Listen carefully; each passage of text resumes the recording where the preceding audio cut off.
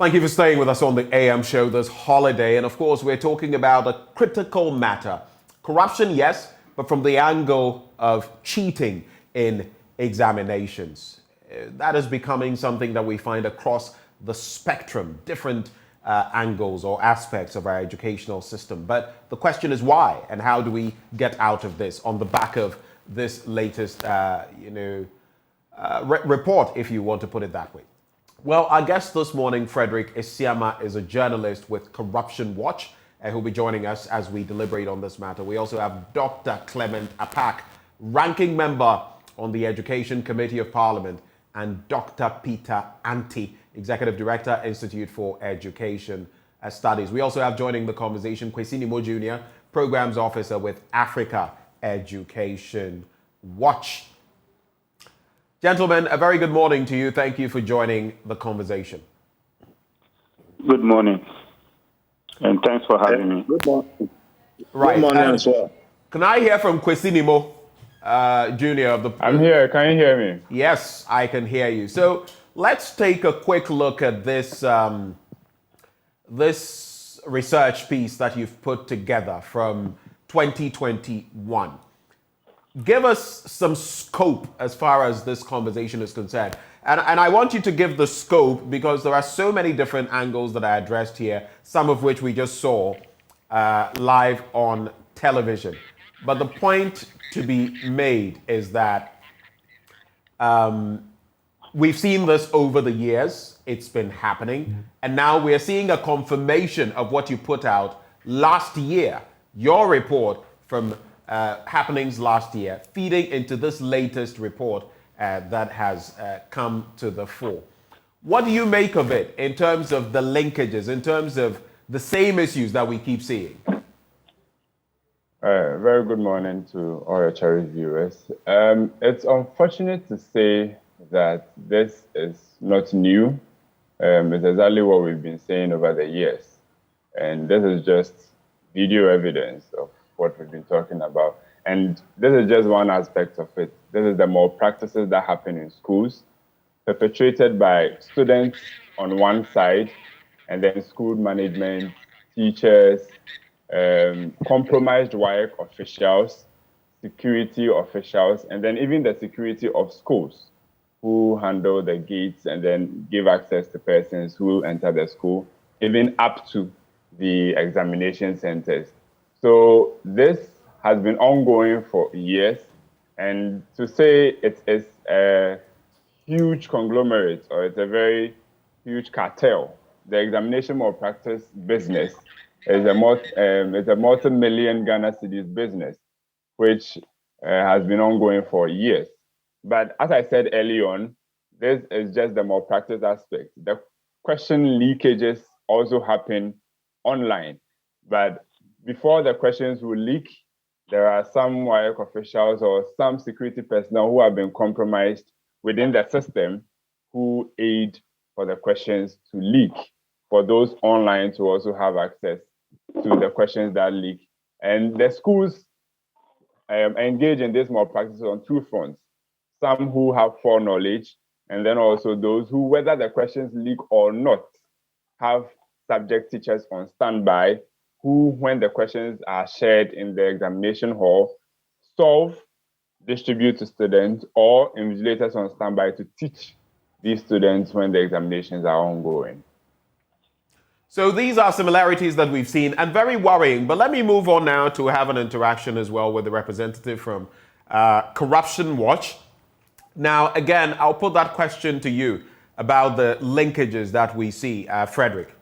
You would notice that if you look at the Africa Education Watch report as per 2021 and what you've put together, a lot of what we saw then has been replicated in this current, reportage that you've put forth. Of course, this time caught live on video.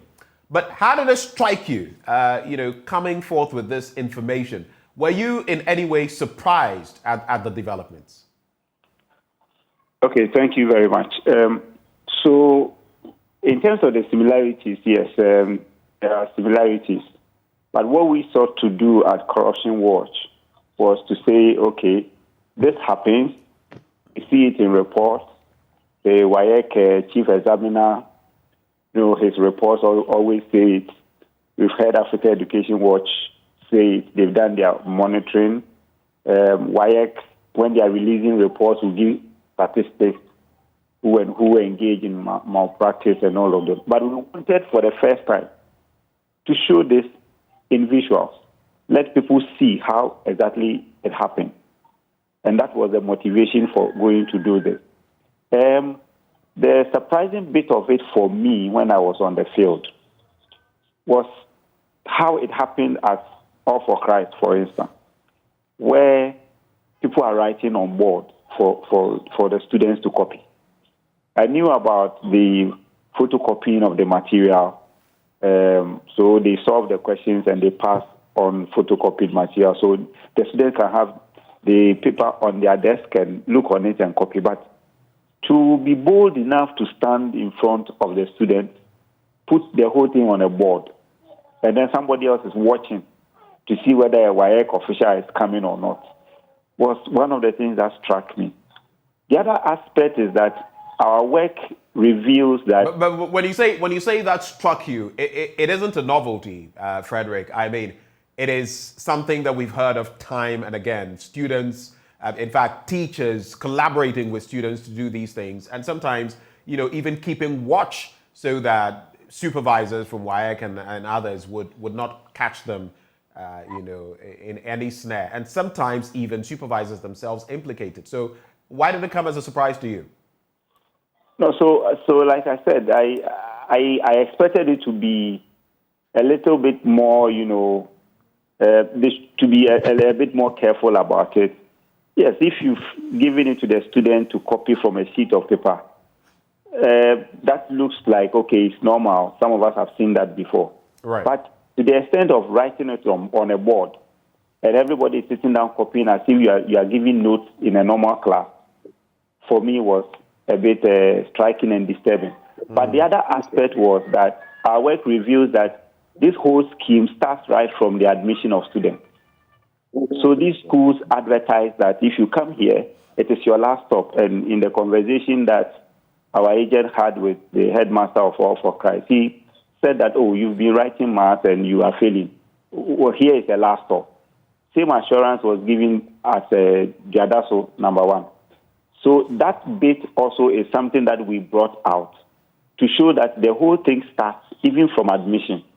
And it's not just when you are in school that they wait for you to get to third year and then do this for you, but they can also promise that they will help you to pass, which then becomes a point of attraction for you to join their school. Let me also bring in our Member of Parliament on the committee, the Education Committee of Parliament, who joins the conversation. So here is this new dynamic, and for you, I'm sure it is nothing new. I'll be getting back to Frederick for more details. But the point is, we see this time and again as far as our educational system is concerned. And more worryingly, when it comes to the WASSCE, which now seems to be where people are targeting. I want to take off from where Frederick left off in terms of this being your last stop. You know why? Because a lot of these schools, especially those focusing on resitting exams or taking the NOVDEC, which now has been scrapped, so to speak. Dr. Pak, now, a lot of them made these promises. This is your last stop. After you come here, there's no resitting this exam. And all of them are operating. This clearly shows that a lot of them have ways and means of making these students pass. But are you surprised in any way that it goes this far, to the point where time and again they get these exam questions, solve them with the students, and have them pass when ordinarily maybe they wouldn't have passed? Well, I would not refer to myself if I say that I am surprised. And I'm not surprised because I've taken a personal interest in WAEC administered examinations and associated issues. And I've also taken the time to monitor and to study and to read reports put out by various stakeholder institutions in the educational space. And so I am not. And it is very unfortunate because it is evident that this is a now well-established, institutionalized, corrupt system with many different participants. So I am not surprised, but what worries me is the laxity and sometimes blatant refusal by the very institutions who ought to be leading the charge for us to address this unfortunate development. Which institutions in question? Which institutions are you referring to? Well, let's begin with WASSCE itself. WASSCE has had a tendency to always be defensive when these matters come up. When organizations like Africa Watch, Institute of Educational Studies, and now Corruption Watch, when they come up with their reports and they show the evidence, and sometimes they are even able to give specific details about how this happens, where it happens, those who participate from the onset, from the beginning of, setting the questions, printing the questions, transporting the questions to the various examination centers, the role of the school, the role of the headmaster, the role of the invigilators, the security agencies. Why it doesn't seem to give it the same level of attention that we require? When was the last time you heard that somebody or an institution had been sufficiently penalized for engaging or being an accessory to cheating in examinations? Rather, we could turn around to try and create doubt and sometimes even threaten the institutions and individuals and think tanks, courtesy of whose hard work these issues come to our attention. So why definitely cannot be exonerated. And it's, if you know the way the system works, the ministry is involved, WASSCE is involved, the Ghana Police Service is involved in the processes. And look at the report that we just saw. And this is a tip of the iceberg. This is only 2 schools. We know that there are many, many, many institutions that, also do this. When was the last time you had the principal players, those who are actually mandated and those who are paid to ensure the authenticity and, if you like, integrity of WASSCE administered exams, taking up this cause the way that people like Africa Education Watch, Corruption Watch, and even myself are taking this matter up? And what does that tell you? So basically, you're saying that the institutions, and when you say that this has been institutionalized, basically, at least on the back of what interaction I had with Frederick and others, if this has become institutionalized, and you are also pointing to the very institutions that even conduct the examinations, you've mentioned quite a number of them here. You mentioned the Ghana Police Service, and of course we know what role they play in terms of policing, in terms of preventing any access to the examination papers and all of that pre the start of the examination. We've looked at WASSCE itself. Then though I am shooting this early, then it means that basically the rot starts from the very highest point, and dealing with it must start from there. But how do we go about that? Because like you say, they are always defensive. Yes, they are. And in fact, as a matter of fact, it's not just WASSCE, but even government have been very defensive. If you were to Google exam malpractices You will see how, high-level government officials, ministers, have either played it down or even blatantly denied in the face of hard evidence. And so we need a much more robust and holistic approach. And that is why, for example, we have filed a private member's motion in Parliament asking for a bipartisan parliamentary committee to be formed to look into this matter of examination malpractices for the last 10 years so that we can see the trends and look at the emerging threats so that collectively as a nation, we can begin to look at a much more realistic way of addressing this. Because those who are in charge and those who ought to make sure that, WASSCE administered examinations in Ghana have integrity are the very same institutions, or if you like, elements from the same institution who are supposed to do what they ought to do in the public interest to ensure that the exams that our students write, the grades that they get, can be grades that we can all be proud of, are actually doing the opposite. So when you are confronted with this type of scenario, the only other option is to find a body and bring together all stakeholders to the table for us to properly diagnose the issue and to prescribe what I believe will be a lot more far-reaching, sanctions.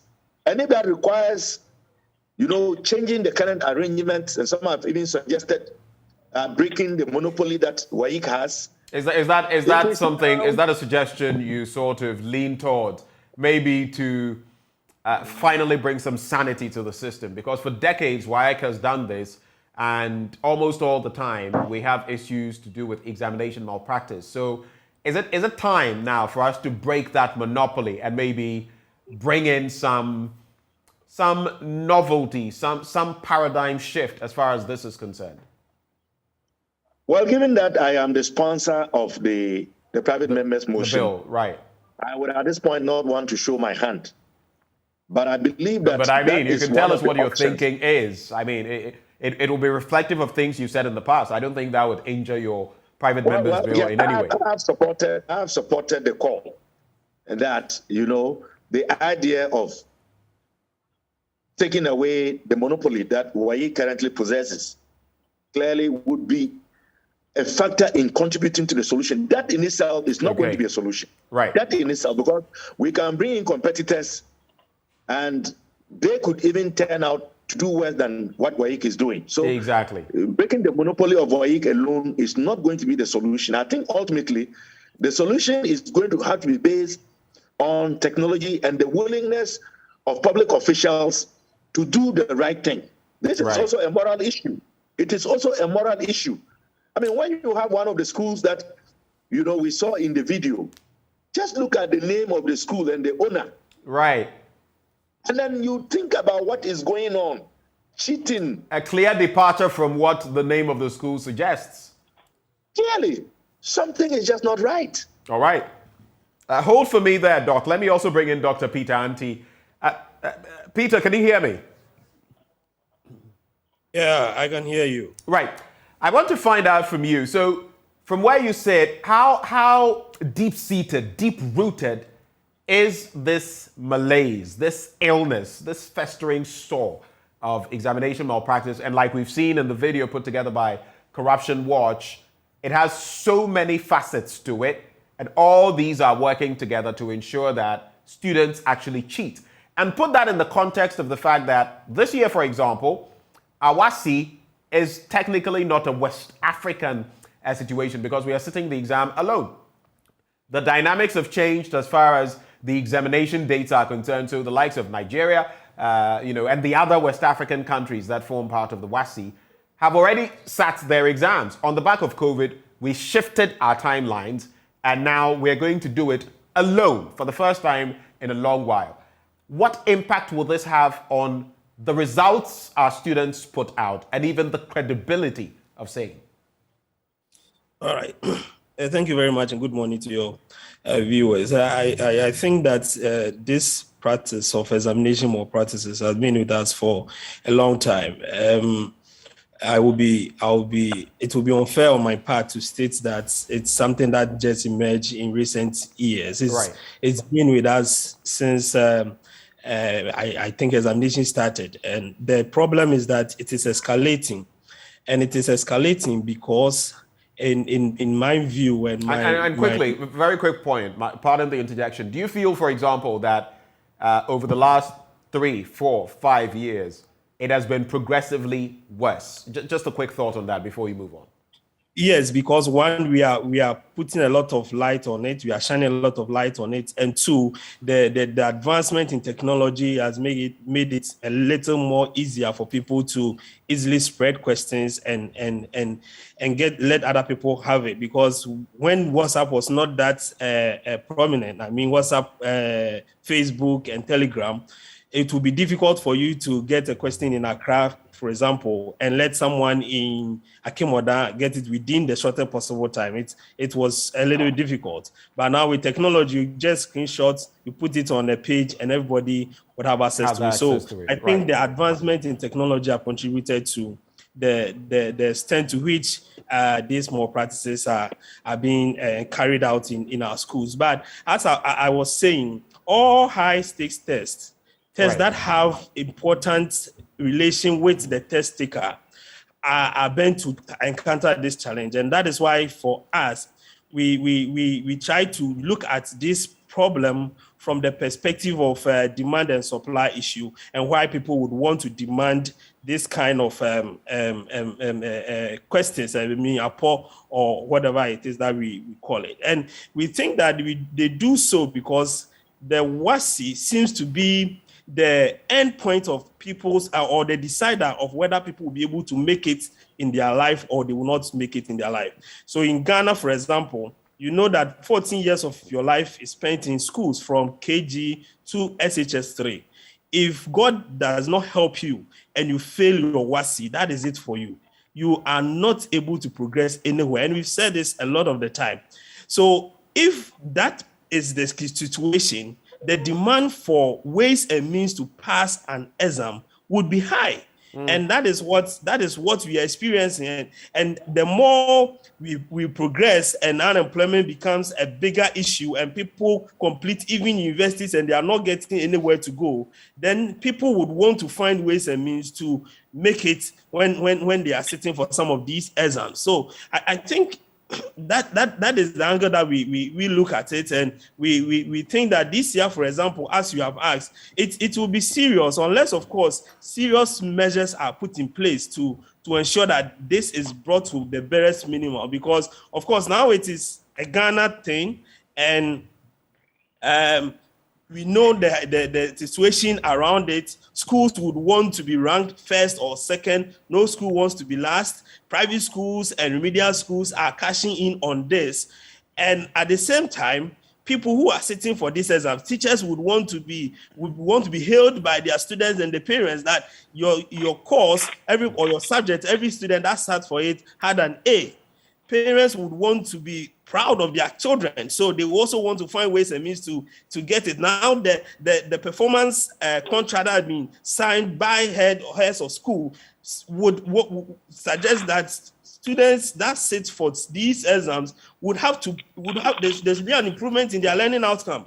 So headmasters would also want to prove that our school, we are doing well. So all these challenges, coupled with the desire of the child to pass the exams, will come in and would definitely lead to people looking everywhere to get the questions.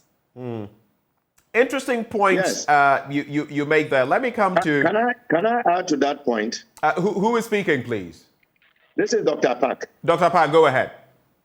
Yes, I think that the analysis that Peter has provided is very cogent. And I just wanted to add that all of this is also reinforced and exacerbated by the challenges that the students and the managers of the secondary schools are facing.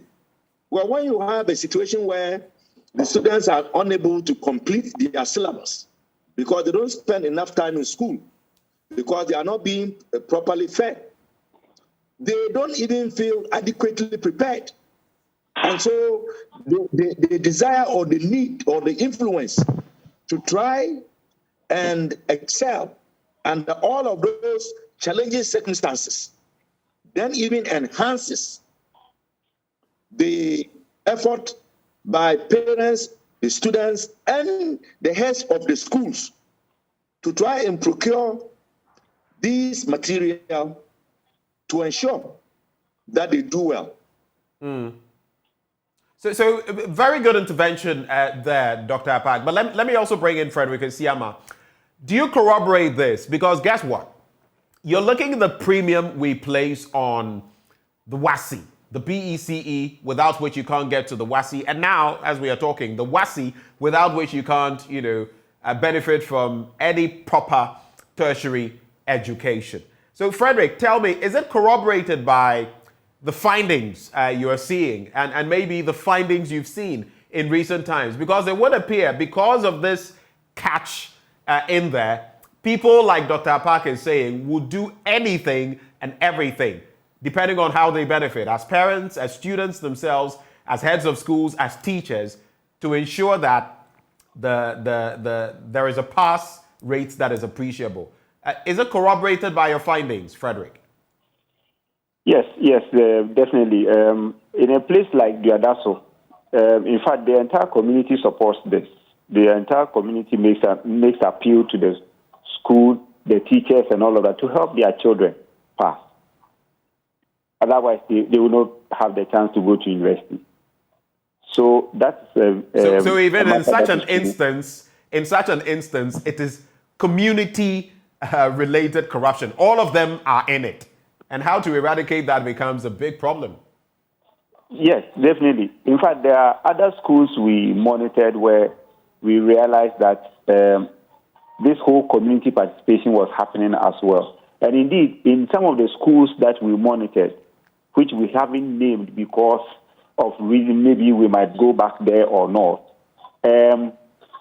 in some of those places, even some teachers who would not support this act were excluded from invigilation. Wow. You're basically saying you have evidence to the fact that... Nemo can corroborate this. You can corroborate this because they also found... we also engaged certain monitors. Aside they being sidelined from invigilating, some even get sacked or dismissed because they try to report the issue to superiors or even try to poke the bear to make sure that the school stops perpetrating the act. So they are not just disallowed from invigilating during the WASSCE. Some even get dismissed because they don't support what is going on. One of our monitors last year mentioned that he was dismissed from one school and then he landed in the other, but then he still has eyes in the other school, through which we were able to assist Corruption Watch in their investigation. But then it goes to show the extent to which the system, the current system that we have, supports the act. It supports it because until last year, whenever issues of examination malpractice happen, examination questions leakages happen, we have WAEC on the other side being defensive, which is their regular posture. And then we have the GAS, Ministry of Education, being silent. Not saying anything, but being silent. But then when the WASSCE results come out, we have the Ministry of Education and also GAS being the first to release statements to say that students passed well during this WASSCE. Meanwhile, when the examination leakages were ongoing, when we had hard evidence to support that, and malpractices were also happening, they were silent. So it tells us that the posture before was not encouraging to help us salvage the situation. But it must be noted that especially last year, during our monitoring, we had a good collaboration with the ministry where the current minister expressed interest in strengthening our assessments through some of these challenges that had been outlined earlier, which is the malpractices and the leakages. So we realized that even while the examinations was ongoing, while EduWatch was doing our monitoring and coming out with certain findings as and when certain papers were written. We were able to engage the minister, through which we realized that in the subsequent BECE examination, the BNI was involved. So where we went to get questions which leaked about 8 hours, 10 hours, days before the paper, all these outlets or question marketers didn't get the questions for us again. So we got the impression that through the minister's intervention to get the BNI involved in the question distribution system, it was able to curtail the access from marketers through their compromised WAEC officials, because without the compromised WAEC officials, question marketers don't get their questions. So we realized that the BNI involvement was very helpful. So there was no online question leakages during the BEC 2021. So we also hear that this year, the same action will be replicated. But beyond that, on the malpractice issue that happened in the schools, we need to do an introspection to find out that exactly where the challenge comes from is the lack of supervision and also the strengthening of the system, because we have WAEC officials themselves being compromised by schools because they are part of the system to cheat and also perpetrate the malpractice. So although not all schools, some even don't have power, although not all schools will be able to start this initiative or this recommendation we are given, we believe that it would be a good start to introduce technology. Since technology has perpetrated or escalated the act, we believe that we need to also involve technology in trying to curb it, which is bringing in the CCTV cameras. We believe that the CCTV cameras, at where we will be able to post them, will be able to assist us get some of these hardcore evidence to be reviewed after each paper.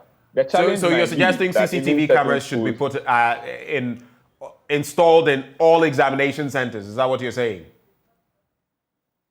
It is a recommendation, but we realize that we note that there will be challenges. And who will bear the cost? There will be challenges because who will bear the cost? The institutions, the God Education Service, WAEC, who will bear the cost? It must be a collaborative effort. So the ministry would have to support WAEC in doing this, because the ministry has showed a hand that they want to address this issue. So we believe that in as much as there will be challenges, as I mentioned earlier, certain schools write their examinations in classrooms, not examination halls.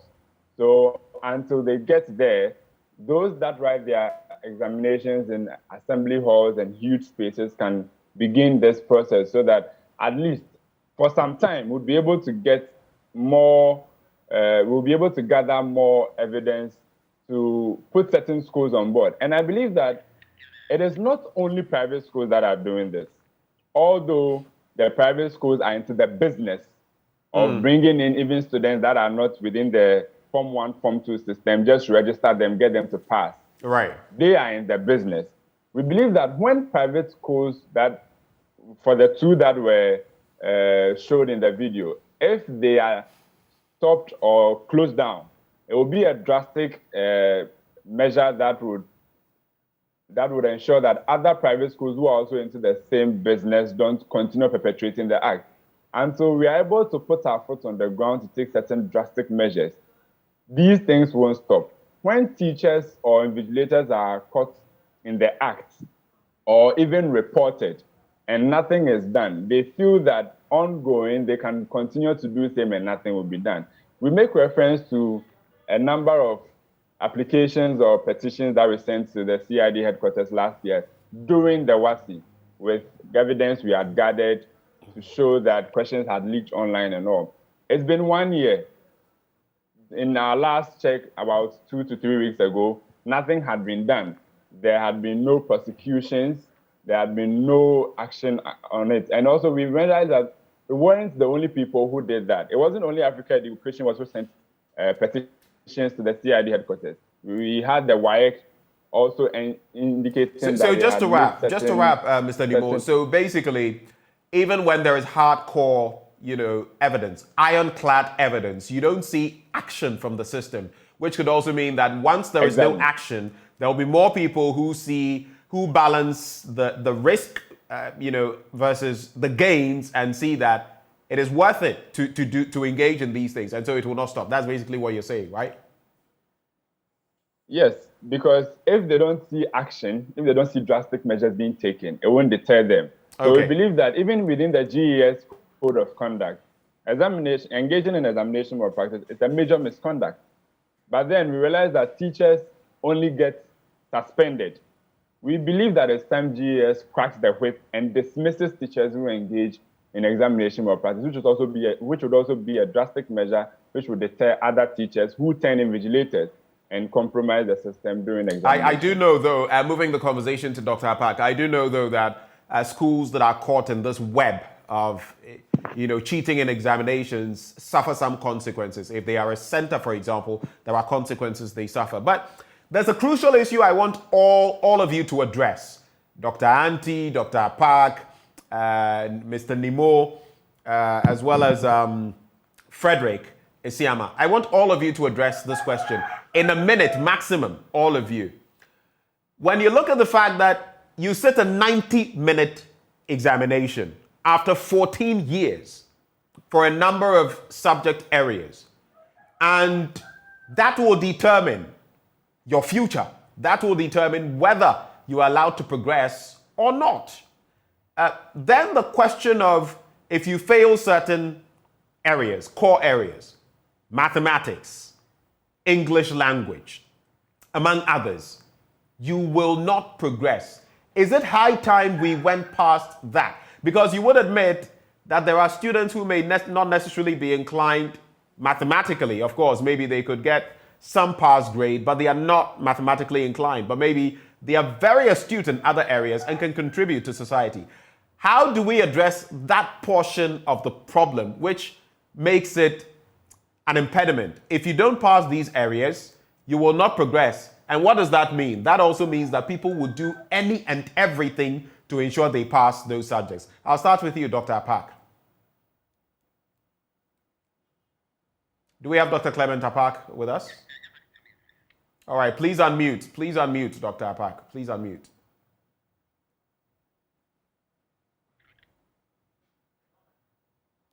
Can you hear me? I can hear you now. Please go ahead. Yes, to your question, examinations have always and would always be written. Because, this is not confined to only Ghanaians or Ghanaian students. So we clearly can look to other jurisdictions for best practices and to see how we can address our own challenges. And so it is very difficult to say, for example, that because of the number of years and investments that our wards have to make, we should not examine them. We can never do without being examined. It is a part of life, and we can't avoid it.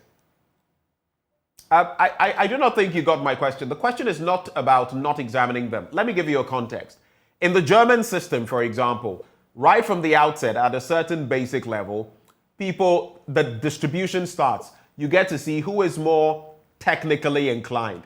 They start pushing those people into technical areas of the economy. In fact, they have, just like France, a vast technical system, which is what is holding the German economy. You get it? So they push people right from the start. This person is more vocational or technical inclined. They start pushing them in certain directions. Here, everybody must go through the WASSCE system. And what if, for example, we said that, okay, you don't necessarily need to get this or that in mathematics or English, no matter what is your focus? Once you are heading towards your focus and maybe it is not necessarily in that arena, maybe we can give you a waiver for mathematics or something of the sort, so that it's not a hard and fast situation where you must get this before you progress. I feel that is part of the problem. What do you think? Yeah, so that is what I'm addressing, not about not sitting examinations. I get your point. And I believe that over the years, if you look at the reforms that have been championed in the educational sector, that is the clear intent. Technical and vocational education, using the informal system to even assess people and certify them for them to be able to get gainful employment. So I think that is ongoing. What we ought to do is to escalate it And perhaps rather than beginning the processes when they finish basic school, we ought to take it down to the base. We start it from there. So to that extent, I do agree. But I just wanted to make a quick point. The issue of who would fund the CCTV cameras and what have you, I think it is settled. The state has to do it because as a member of the education committee, I know the state has to do it. The state. Through the Ghana Education Service. Because every year we provide budgetary support for WAEC. And that is why just a week or so ago, the Education Committee, our leadership, had to draw government's attention to the fact that it owed WAEC for the 2021 BEC and WASSCE, and it ought to make that monies available and provide sufficient monies for the current WASSCE and coming BEC. So government has a responsibility. The state has a responsibility to resource entities and institutions to do work that is going to inure to the public good. And I think what we are calling for is the integrity of the examinations that our WASSCE write, how competitive they are going to be if we do not address this issue of cheating. Interesting response there. Dr. Anti, what would be your take on this, especially considering that with all of these dynamics at play, it is also clearly showing in the quality of students we get at the tertiary level. Today you go and a lot of lecturers would complain about some of the scripts they even have to mark.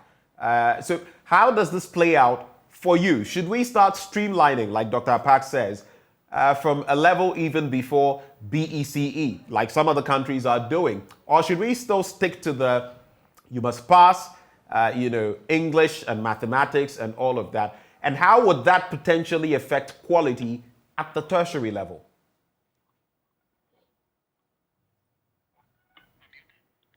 Well, I can hear you, Peter.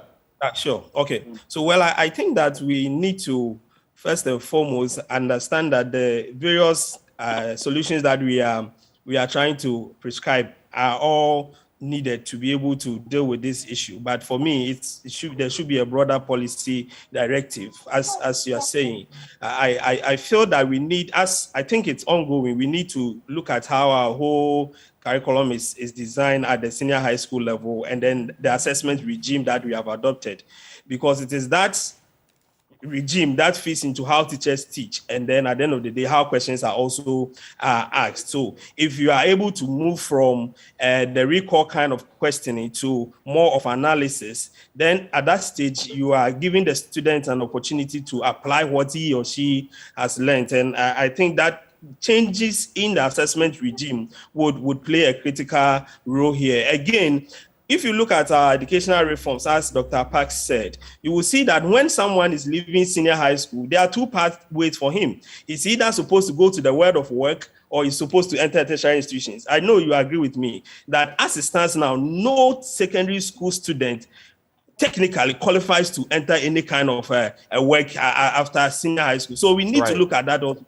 If the person feels comfortable that at the end of the day, I can get a middle level job in any kind of institution, then I think the pressure on him would come down, and then the desire to get some of these things would also reduce. So for me, it's a more bigger policy issue that we have to look at. And this issue came up, and I think we still have to look at it. Why shouldn't everybody that completes senior high school get a common certificate, like a pass that can enable the person to pursue any kind of job that he or she wants to do? And when the person wants to now go into a tertiary institution, then the WAEC kind of system comes handy, and then the person can now use it. As we stand now, as we know, if you pick your WAEC so-called certificate, it's a transcript that you have. It's not a certificate, because that certificate has got your results on it.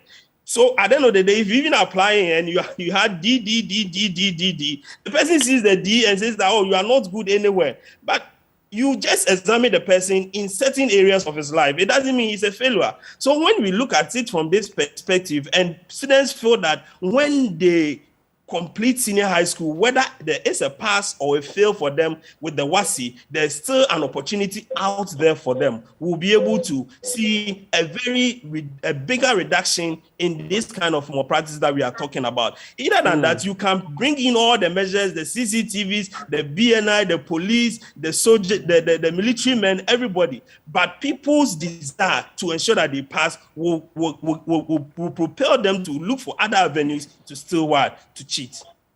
Mr. Siama, you came, your outfit came through with this report. Is that a tangent you feel we should go on? Is that something you corroborate? Looking at the demand factors, the facilitators and all of examination, malpractice, and what you have clearly put out there, which feeds into that. Should we have a system like this where certification is given across the board? Of course, maybe depending on the category of certification you then get from WAEC, you can pursue your studies at the tertiary level or not, but at least there are openings for you across the board, apart from, going to a tertiary institution. Is that part of the solution, do you think? You see, it's difficult to say that is the main reason why. I will defer to the experts on this, but here is the thing. Even the NAPTEX exams, NAPTEX examination, is also being compromised. Right.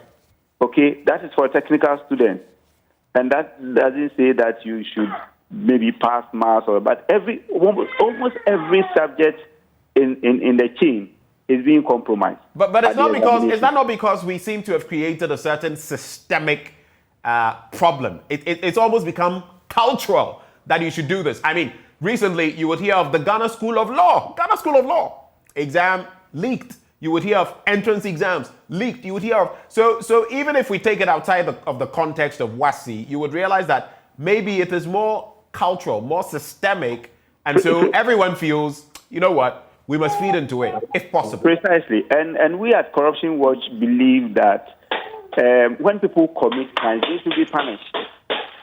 Okay? And the punishment should be deterrent. This whole business of if a school is engaged in institutionalized cheating, their center number will be withdrawn for at least a year, and then they come back as a center and they start writing again. I mean, it doesn't deter anybody. Because if you take my students to another center to go and write, and they are doing it, a group of schools can still come together to compromise, So I think that I will go with the suggestion that we should look at the way we assess, the assessment approach. Because in other jurisdictions, we know that a question can be set, and you can even take your textbook there. But if you will fail, you will fail. So I think it's the approach to assessment that we should look at again. But I am sure many options exist in the various research reports, various committee reports that have been put together. I remember when President Kufuor was around there, I think the Anamwa Mensa Committee that looked at the education reform. There are so many recommendations in there that we can go back and simply implement those that we have not implemented. But ultimately, people should be punished. There's an interesting comment that comes in that I'd like to run by all of you as well, especially as we look at how this, in the context of how it could devalue the WASSCE results. And I've put it in the context that now we're on our own. So if this examination, cheating in examinations continues, then it means the value of what we even have could be highly compromised. But Carl William Rain, the first, says, I don't think the actual issues are being discussed now. You can't solve any problem without addressing the root cause. What does he think is the root cause? Currently, we have an educational system without any credible means of assessing students' performance. Students who are truants and those who fail in examinations are promoted. Nothing is done to ameliorate poor student performances when they are in school. Why complain of malpractice? Because right from the onset, at the basic level, they are groomed to perform poorly. So I think the issue is a policy failure and shouldn't be blamed on WAEC or the schools involved. I don't know how, gentlemen, you react to this, because basically this person is saying there's a fan belt and it just keeps rolling, basically churning out students to the next level, 3, 4, 5, 6, JHS 1, JHS 2, JHS 3, SHS 1.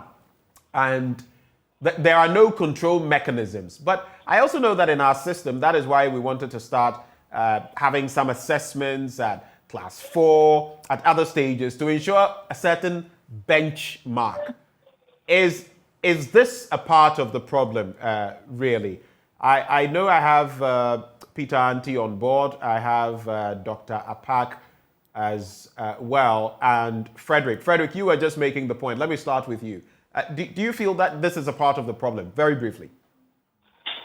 Yes, it is. And I think that we should just stop this whole stop-start approach. Which is what? We start something. Even the general assessment that we have been doing for these primary school students. Last year, the basic school students, I think last term or so, we had this challenge. And because of the challenge, a lot of people were saying, let's stop it. Let's not do it. It is too early to assess these kids at primary 4 and all of those things. We should just be committed to one particular approach, pick the best approach that helps our students, that helps us to develop the human resource that we got. At the end of the day, it is about training people who will run this country, who will run businesses, who will run lives of other human beings. And if we keep going the way we are going, we definitely will lose it. So I tend to agree with the suggestion that we should look at the approach again, the assessment approach. And I think there are a few experts out there who are saying a lot of things that we can pick some useful things from. All right, your quick reaction, Dr. Apak?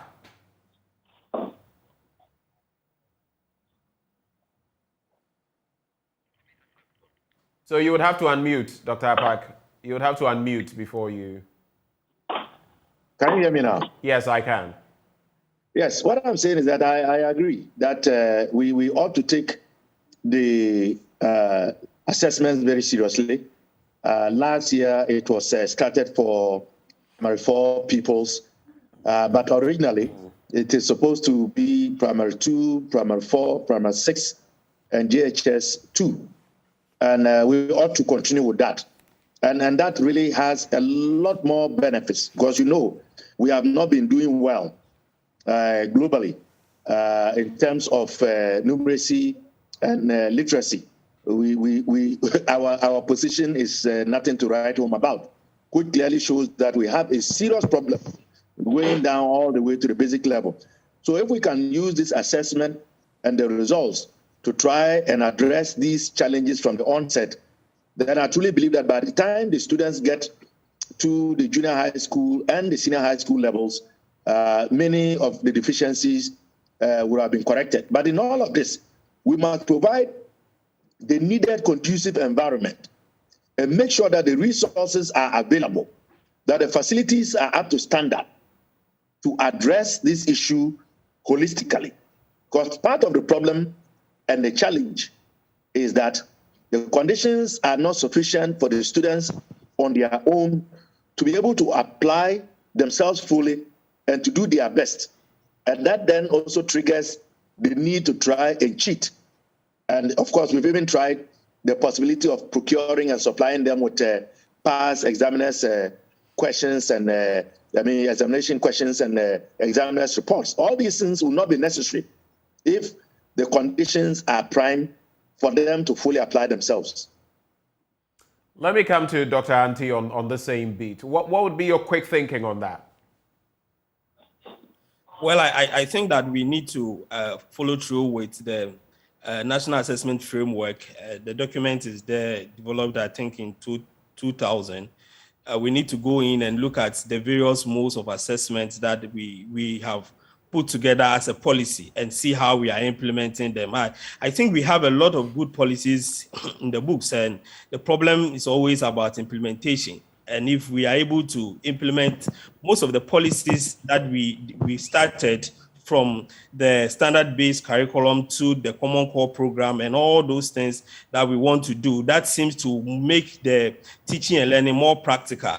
And then we move a step further to bridge the gap of inequality that cuts across the schools, because you know that some of the schools have a lot of resources that they can clearly have access to, and that makes teaching and learning easier. In other parts of the country, they do not have some of these resources. So we move a step further to bridge that gap of inequality. I think we'll be able to get it back. As I said, for me, it's a more of a policy issue.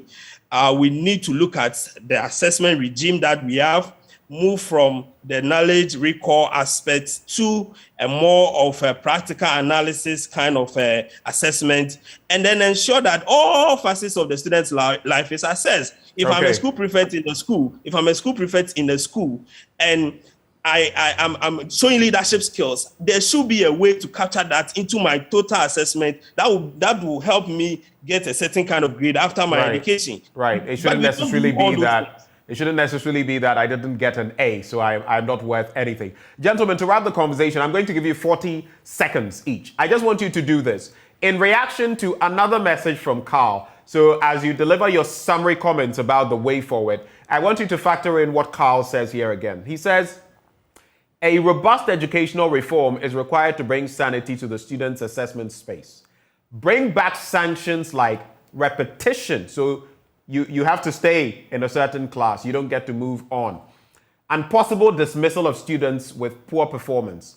Alternatively, government should adopt the grade point average system as pertains in the United States at the basic and high school levels, as well as university. So the grade point system. You don't meet certain requirements. You know, in the US, for example, you want to attend a certain class of institution. If you've not got a certain grade point, you will not get in there based on their system and the requirements of the institutions. I'll start with you, Mr. Nimo, of Africa Education Watch. 40 seconds each. I'll start with you, Mr. Nimo. All right, thank you very much. I'd like to say that to curb this issue, there are short and long-term measures. In the short term, we believe that dismissing or punishing offenders is critical in the short term. Because if we don't engage in punitive measures, people wouldn't be deterred. And we believe that dismissal is rather a disincentive rather than suspension. The GES has, I think, people who were found culpable in the 2020 WASSCE and BECE, 11 teachers were dismissed by the GES. So if that continues, it would help. That would be in the short term, where people who are found culpable are dismissed and then they face certain measures. But in the long term, we believe that not making the examinations high stakes is very important, because the high stakes nature is the reason people always want to pass. Students always want to pass. Parents want to make sure their students pass. Teachers want to ensure that their students pass. Schools want to be in the know to be producing students who pass. So in the long term, rather making it applied, making the examinations more applied rather than the test-based system, in a review of the assessment system is very, very needed and very important in dealing with the issue. All right. Let me come to you, Clement Apak, Dr. Apak. Please unmute.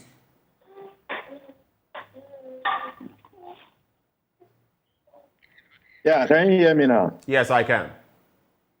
Yes. I think that very good ideas have been espoused this morning. And as a member of Parliament on the Education Committee, we have always had the opportunity to engage WAIC itself.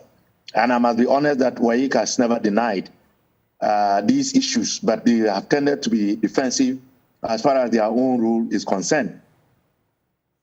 So all of these ideas are good, and I believe that this is one of the reasons why we have decided to file the private members' motion. So all of these can be to the committee if Parliament admits our motion. And then at the end of the day, we can have a much more holistic approach to addressing this rather very complex issue. As you can tell, it is not as simple as it looks on the surface. It is multifaceted. And so there is no single solution. We have to look at the mosaic of issues that we can put together to address the various aspects of this debacle. Thank you, Dr. Clement Apak. Dr. Anti, and then I'll do Frederick, and it's a wrap. Dr. Anti. Well, I would want to appeal to the moral conscience of our people. I think that we are building a society, and in building a society, we need the right caliber of people to occupy specific positions so that in the event that we need their assistance, we need their expertise, we can fall on them. Helping people to pass exams illegally would not give us the kind of people that we need to occupy these very important positions, like doctors, like teachers, like lecturers, like nurses, and all those things. So the more we encourage these students to engage in this act, the more we are destroying the human capital base of this country. I think that we need to pause a little as a country and look at how we are going on with these kind of malpractices. And if we are not careful, one day we would end up having professionals who do not have the requisite skills and knowledge to pursue or to help us do whatever we are supposed to do. So this is a moral call to the Ghanaian, and I'm hoping that we all help in our small way, as a parent, as a teacher, as an opinion leader, as a community leader, as a chief, as an assemblyman, everybody. If you realize that a school, a student, a group of people are trying to engage in this kind of act, that will question the validity and reliability of the certificate that we give them, and that will further lead to the deterioration of the quality human resource that we are building, the investment that we are making in the education sector. Please call them to order. Thank you, Dr. Anti. Frederick Esiama, you have the final bite. You have the last bite. Yes, so I think that I'll go with what everybody has said. I think we are all making the same point. We should just make sure that the system is working. And as Nimo said, in the short term, I think that punishment, severe punishment for people will help us address, particularly as we are having an examination. How do we resolve this matter and make sure that this year the scale of malpractice is not up to the scale that it was last year? Let's punish some people. These school authorities, for instance, at Duhai, are they going to go scot-free? The headmaster is there. We've shown his picture. His assistants are there. Who is calling any of them? Who is interdicting any of them? Who is withdrawing even the licenses? Now we have a teacher licensure system. Are we withdrawing any licenses of any teachers who are engaged in any of these? Also, I think WASSCE will help us if they are transparent with the sanction system. For instance, shouldn't WASSCE publish the list of invigilators that they have blacklisted, for instance, from last year's examination or from the previous year's examination, so that we all see that this is the list of people who have been blacklisted? And then I think we'll be making progress. Thank you. Thank you so much, gentlemen, for joining the conversation. We had Dr. Peter Anti of IFEST. We had Kwesi Nimo of Africa Education Watch. We had Frederick Esiama, journalist with Corruption Watch, and Dr. Clement Apak, Ranking Member, Education Committee of Parliament. All of them joining us for this conversation. Well, Jose, how about treating your family to a summer holiday in South Africa? Come journey to South Africa for a good time in our beautiful country. Get to know the locals and our languages. If you're looking to let your hair down and relax, or you're just in the mood for some fun, family-friendly adventures, South Africa has got everything you need. This summer was Zanila. Come this side and experience a holiday worth talking about. But hello, Ghana. Happy moment is here again. Let's storm World Cup Qatar 2022 with Storm Energy Drink, Puma Soft Drinks, and Awake Drinking Water from Casapreco Company Limited. Simply buy your favorite Storm Energy Drink, Puma Soft Drinks, and Awake Drinking Water and text the 4-digit unique number on the neck of the bottle to short code *780# and choose option 2. Follow the prompts on all networks for free. You could be one of the lucky winners to this year's World Cup in the monthly draw. You can also win TVs, fridges, microwave ovens, mobile phones, home theaters, free drinks, and more instantly. Don't waste time. Grab a bottle of Storm Energy Drink, Puma Soft Drinks, and Awake Drinking Water, and let's storm Qatar this World Cup. This promotion is on the NLA Caritas platform, and this advert is FDA approved. Do remember, terms and conditions apply. When we return, there's a lot more to talk about on the AM show. We'll be back.